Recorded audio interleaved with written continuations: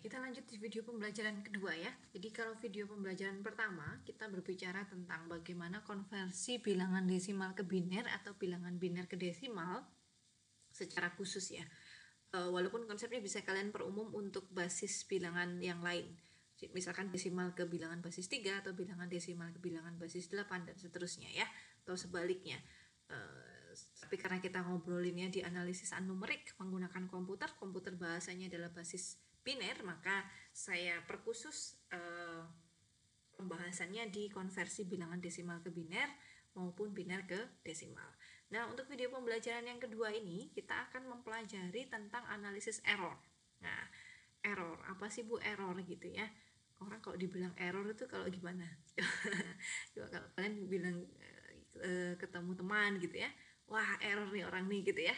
Kenapa? Karena kita punya ekspektasi tentang harusnya orang itu seperti apa gitu ya, harusnya normalnya orang itu seperti apa. Tapi ketika ada sesuatu yang tidak sesuai dengan yang kita harapkan di kepala kita anggap itu sebagai error gitu ya. Jadi sebetulnya error di numerik juga sama. Bisa jadi secara matematik hitungan di atas kertas atau secara eksaknya gitu ya, hitungan kalkulusnya, integral sekian secara kalkulusnya itu hasilnya itu ternyata tidak sama persis dengan perhitungan komputernya gitu. Seringkali kita menggunakan komputer itu untuk apa? Numerik itu untuk apa Bu? Kan saya bisa ngitung integral secara manual. Ya, integral secara manual yang kalian lakukan di kalkulus 1 maupun kalkulus 2 itu mungkin dilakukan, misalkan ya, integral untuk x dx. Ini masih sangat mudah untuk dilakukan integrasi. Tetapi jika kalian diminta untuk menghitung ini saja, e pangkat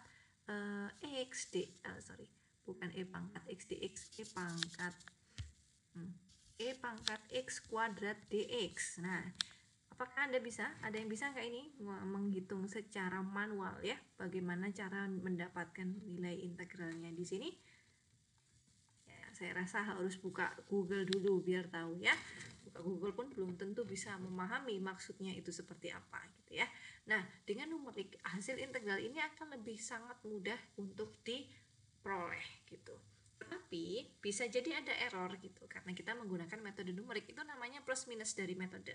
Kalau kita menggunakan metode di kalkulus dengan perhitungan analitik gitu ya, dengan perhitungan seperti di analisis yang runtut di aljabar gitu ya, itu akan dihasilkan solusi yang eksak ya, solusi yang persis sama tapi bisa jadi susah gitu, langkah-langkahnya lebih susah, butuh teorema sana, butuh teorema sini, butuh definisi sana, definisi sini. Dengan menggunakan metode numerik, saya bisa menghitung ini dengan cepat, dibantu pula dengan komputer, tetapi ada minusnya gitu, ada bayarannya, ada pajaknya. Pajaknya adalah bisa jadi ada error dari numerik yang dihasilkan dengan hasil sebenarnya dari perhitungan eksaknya gitu.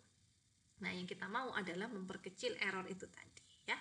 Oke, jadi kalau secara numerik itu ada dua ya errornya ya, ada error absolut dan error relatif. Jadi kalau error absolut ya sudah yang seharusnya atau yang eksaknya yang ada di pikiran kita kurangi dengan fenomena aslinya, fenomena alamnya seperti apa gitu ya, bedanya apa, yang terjadi apa, ya sudah kita selisihkan, ketemulah error gitu ya. Kalau relatif itu kita persentase terhadap eksaknya harusnya seperti apa. Nah, kalau saya boleh memisalkan kembali terkait error itu seperti begini ya, di pikiran seperti tadi ya, kita menganggap wah error nih orang gitu ya, atau kita bisa melihat misalkan kalau menurut prediksi saya atau kalau menurut pikiran saya harusnya COVID ini tidak menyebar sebegini parah gitu, misalkan kalau kita bicara tentang COVID, ternyata kenyataannya bahwa terjadi lonjakan kasus luar biasa gitu ya. Di pikiran saya seharusnya mobilitas itu tidak mempengaruhi penyebaran COVID, misalkan seperti itu. Realitanya ketika mobilitas naik maka penyebaran COVID juga ikut naik gitu ya. Artinya ada error antara yang ada di pikiran kita dengan fenomena nyatanya. Nah, bagaimana cara mengatasinya? Ya kita perkecil errornya. Bagaimana caranya? Ya kita lihat apakah pikiran kita yang salah atau bisa jadi ada hal-hal yang tidak kita pikirkan, dalam artian ada faktor-faktor yang ternyata kita anggap dia tidak signifikan, ternyata dia harus diperhitungkan. Nah gitu. Jadi error ini perhitungan atau analisa error memang sangat diperlukan ya di bidang manapun, baik di numerik maupun di statistik yang berkaitan dengan komputasi dan data. Perhitungan error, analisa error itu sangat diperlukan sehingga kita bisa mengevaluasi kenapa metode ini errornya tinggi, kenapa metode A errornya tinggi sedangkan metode B errornya lebih kecil gitu ya. Artinya ketika kita mau melakukan penelitian, maka kita harus menggunakan metode dengan error yang lebih kecil. Itulah kenapa juga cabang keilmuan tentang numerik ini tidak pernah berhenti ya, bukan penelitian yang dead end gitu, yang sekali dikerjakan selesai, tidak, karena bidang ilmu ini selalu berkembang, expert selalu, para ahli itu selalu mengembangkan metode-metodenya menggunakan konsep-konsep abstraksi yang ada di aljabar dan analisis yang sangat berkembang. Itu dikembangkan juga untuk mengembangkan si numerik ini gitu, keilmuan numerik ini. Jadi akan setiap tahun akan dihasilkan metode yang makin akurat gitu ya. Seperti kalau kalian mengikuti perhitungan pi gitu ya, pi itu awalnya cuma sekian angka di belakang koma. Nah sekarang itu pi itu bisa sampai ratusan angka di belakang koma, dan itu sangat membantu dalam perhitungan ketika kita mau di NASA ya, ketika kita mau melepaskan, bahasanya kok melepaskan, meluncurkan satelit, meluncurkan roket keluar angkasa. Kalau sedikit saja salah itu bisa jadi tidak sampai ke sananya, tidak sampai ke titik yang kita mau ya. Bayangkan saja kita di bumi yang sekecil ini gitu ya, lalu kita mau menembakkan menembakkan roket yang isinya astronot keluar bumi yang kita hitungnya di radius yang sangat kecil, mungkin satuannya hanya meter, paling besar kilometer gitu ya. Kita mau menembakkan ke bumi yang sangat besar ini gitu ya, luar angkasa yang sampai terhingga itu luasnya. Salah perhitungan derajat sedikit di sini akan berakibat ini melenceng jauh. Jadi kalau di sini beda derajatnya sedikit, harusnya dia lebih ke bawah gitu. Kita maunya di sini. Ternyata ketika penerbangan dia lebih ke bawah, maka dia akan jauh melenceng ke sana gitu ya. Itulah kenapa perhitungan matematik itu menjadi sangat penting. Angka-angka di belakang koma itu menjadi sangat penting jika berada di tempat yang tepat gitu ya. Kalau kita ngomongkan perhitungan di belakang koma dengan orang orang ekonomi katakan, yang atau kita melihat dana sosial katakan, mungkin mereka tidak akan menghiraukan itu yang di belakang koma ya. Kita lihat saja yang bulat-bulatnya sajalah ya. Kalau cuma recehan 1 sen 2 sen ya sudahlah, abaikan ya, itu pembicaraan yang lain. Tapi ketika kita mengomongkan hal yang berbau ilmu pengetahuan, sains, keakurasian dari sebuah nilai atau bilangan itu menjadi sangat penting gitu ya. Oke.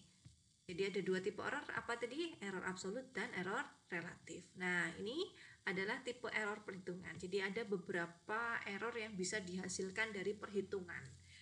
Bukan hanya numerik ya, perhitungan yang lain juga. Nah, ini adalah error pemotongan.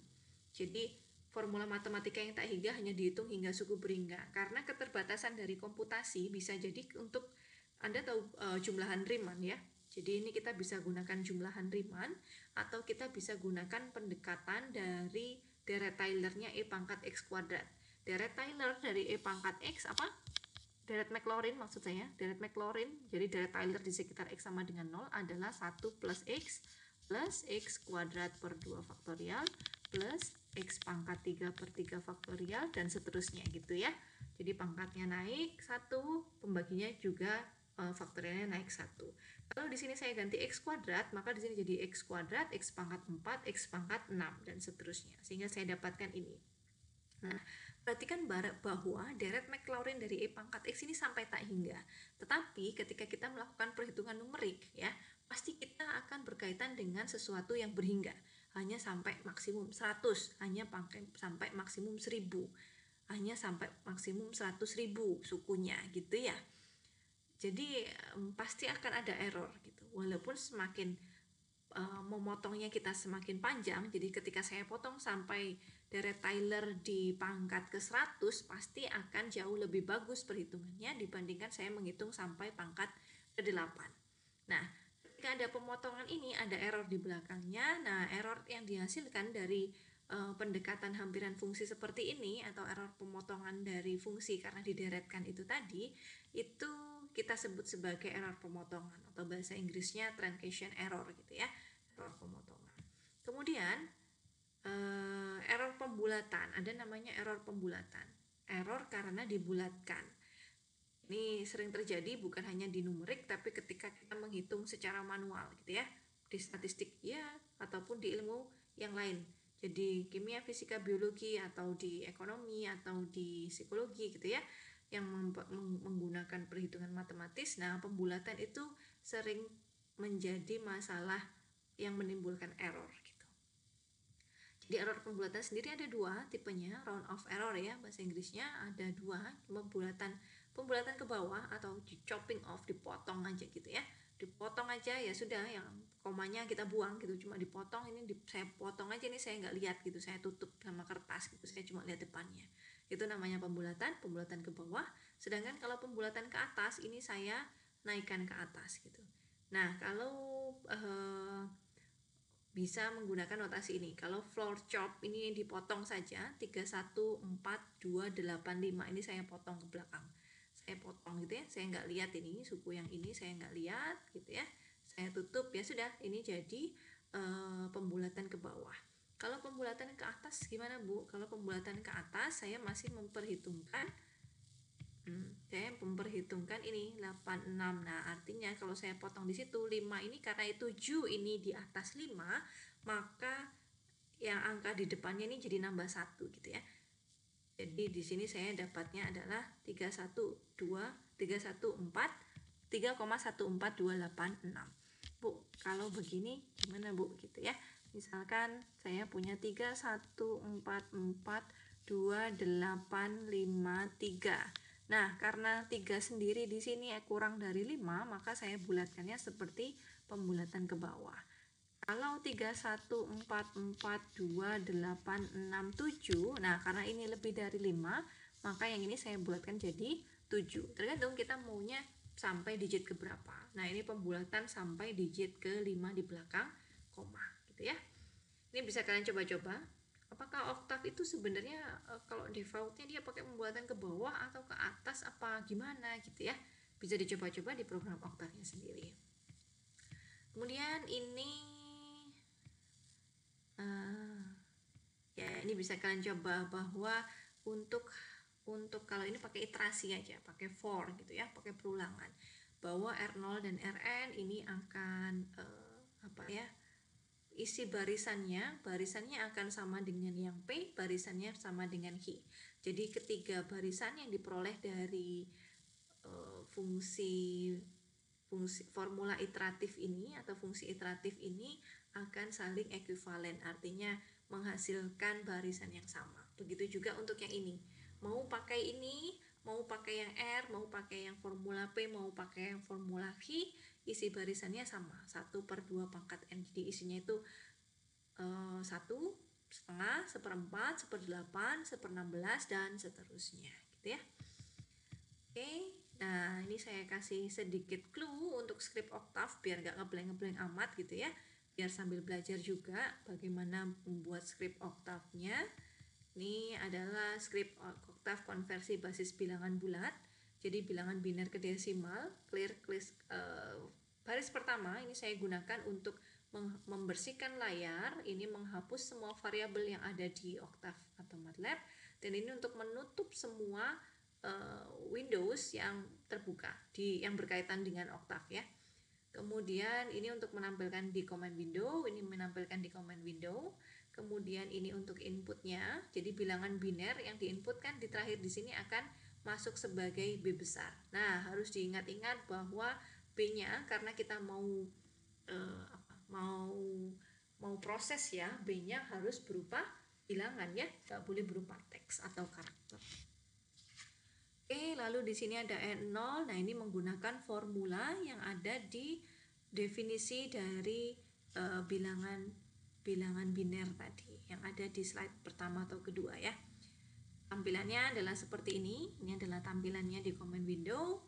Kalian bisa coba bilangan binernya begini, bilangan desimalnya 1563. Nah, ini bilangan binernya itu harus berupa vektor ya. Jadi kalau ditulis 11 tanpa spasi akan kesulitan untuk memahami gitu. Jadi lebih baik dituliskan sebagai vektor, di mana vektor baris gitu ya, di mana isinya adalah elemen-elemennya. Jadi kita tinggal proses per elemennya. Kenapa makanya di sini saya pakai BI. Artinya elemen vektor B yang ke I. B yang ke-1, B yang kedua, B ketiga, 4, 5, 6, 7, 8, 9, 10, 11. Sebanyak lengthnya, sebanyak panjang dari vektor B. Kemudian yang ini itu sama ya, close all, CLC, clear all, close all ini sama. Ini display juga untuk menampilkan di command window. Nah, ini menggunakan formula tadi yang sudah saya jelaskan sebelumnya. Kemudian ini adalah tampilan command window-nya. Ini bisa dicoba-coba, kalian coba-coba ya. Jadi inputnya berupa bilangan desimal, outputnya berupa bilangan biner. Kemudian ini untuk basis pecahan. Nah, ini basis pecahan pakai formula yang 2 pangkat min I. Outputnya begini ya. Kemudian ini yang biner, kita pakai apa? Pakai bilangan bulat dari D, lalu bilangan bulat dari 2F, lalu F-nya adalah 2 kali F gitu ya. Nah, ini saya bisa dapatkan bahwa 0,7 itu bilangan binernya adalah 0,1011001100 gitu ya. Ini ekuivalensi barisan, bahwa R, P, dan Q tadi ekuivalen dan outputnya ini gitu. Oke, saya rasa cukup lengkap ya, jadi bisa dibantu dengan kakak-kakak asisten praktikum di analisis numerik. Bisa tanya-tanya ke kakak-kakaknya ya jika ada yang kurang jelas, atau memang kalau belum puas juga dengan jawaban dari kakak-kakak asisten praktikum, bisa tanya ke saya juga nggak apa-apa di WhatsApp grup yang sudah kita buat bersama ya. Oke, kalau begitu saya akhiri untuk penjelasan praktikum analisis numerik untuk pekan pertama. Selamat belajar, selamat mencoba-coba. Kalau numerik itu kuncinya adalah rajin mencoba di programnya. Semakin kalian merasa curious gitu ya, semakin ingin tahu tentang programnya, bagaimana, bukan hanya sekedar mengetik dari oktavnya ini ya, skrip yang sudah saya beri diketik, bukan. Bagaimana kalian memahami per line-nya, kalau line ini dibuang apa outputnya. Nah, cara belajar paling gampang numerik itu begitu. Programming paling gampang itu cara belajarnya coba-coba. Kalau tidak pernah mencoba programnya, akan kesulitan untuk memahami, untuk membuat programnya gitu, karena tidak mau mencoba-coba. Oh, kalau ini dikurangin, ini saya persen, kira-kira efeknya apa ya? Kalau ini saya ilangin apa ya? Duh, kenapa ya kok bisa begitu? Nah, itu jadi hal menarik untuk mengolah logika kita, untuk berpikir ya. Oke, kalau begitu saya akhiri untuk pertemuan pekan pertama di praktikum analisis numerik 1. Selamat belajar, tetap jaga kesehatan, dan semoga bisa menjadi ilmu yang bermanfaat dan barokah untuk kalian semua ya. Saya akhiri, wassalamualaikum warahmatullahi wabarakatuh.